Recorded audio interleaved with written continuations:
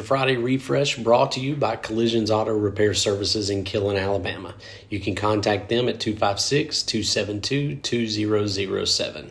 He started with 8, not 8 grown men, 8 boys. And from that tiny blooming seed consisting of those 8 boys, he managed to grow the dream into something that well over 20,000 participate in each year now. Some of you will have never heard of Lads to Leaders, but if you have ever been affiliated with the Churches of Christ, you are probably well aware of the leadership program that takes place every year on Easter weekend in several different locations all around the United States. There are now a couple of conventions that take place on different weekends as well. The founder, Jack Zorn, started by training 8 young boys to lead worship in various areas, singing, reading, speaking, etc. It is developed into a program that encourages both boys and girls to learn and hone their skills in leadership, both in events that place the kids in front of people in an auditorium or class to activities that are designed for leadership behind the scenes. There's competition involved. The participants are rated on how well they do on the things that they've set out for.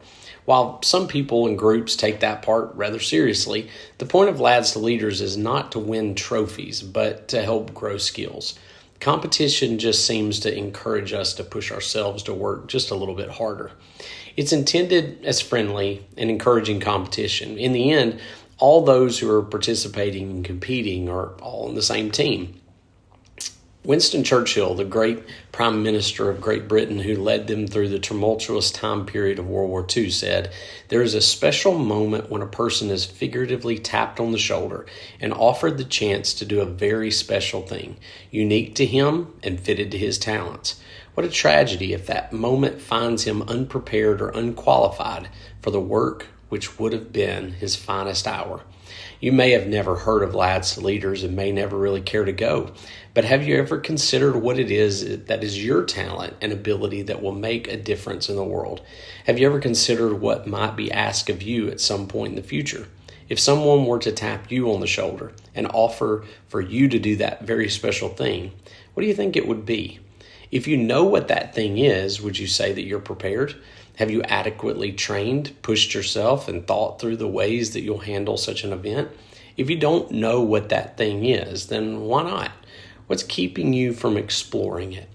You may be too old to start Lads to Leaders or programs like that for yourself, but are there other trainings that you could take, classes that you could attend to fill out what that special area is for you?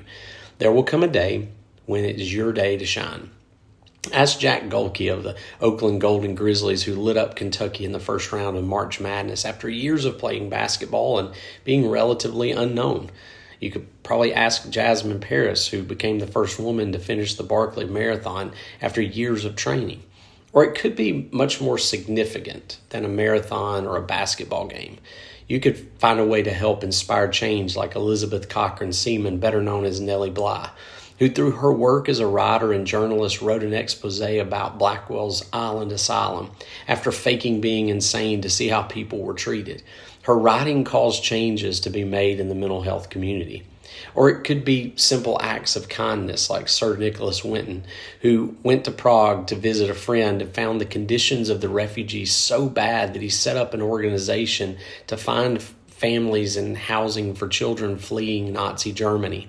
His remarkable care saved 669 children from the Holocaust, many of whom became politicians, filmmakers, mathematicians, authors, and more. There are thousands upon thousands of scenarios just like this. Many will never be known. Moments where they were ready when they were tapped on the shoulder with a need.